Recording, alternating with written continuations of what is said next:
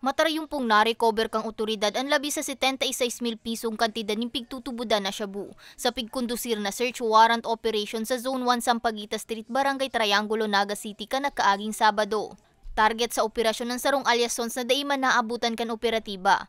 Alagad sarong nagangara na Celso na subot caretaker kang pagrugaring na harong ni alias Sons. Ang naabutan kang grupo na marikasubot na pigkandado ang pinto kan nasambit na residensya kan maisihan na anti-drug group ang sa iyang mga kaulay.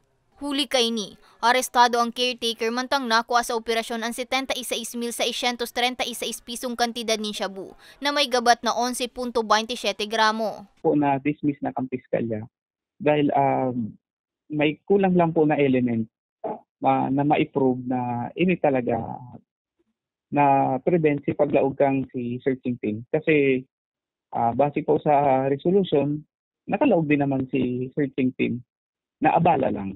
Nasa ngatanan ng kasong pagbalgar sa Republic Act 9165 o Comprehensive Dangerous Drugs Act of 2002 si alias Sons, huli sa mga nakuang ebidensya sa residensya kay ni. Sa ngunyan, padagos pa siyang pinagahanap kan otoridad. Patuloy naman po mga kababayan na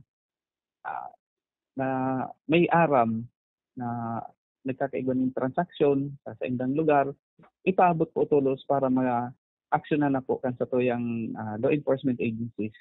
Naging matarayumpo naman ang operasyon huli kang pinagsarong pwersa kan City Police Drug Enforcement Unit, Station Drug Enforcement Unit kan Police Station 2, Police Station 1, Police Station 5, Criminal Investigations Unit, as ang Philippine Drug Enforcement Agency Naga City. Para sa mga baretang tatak Bicol, May Arango.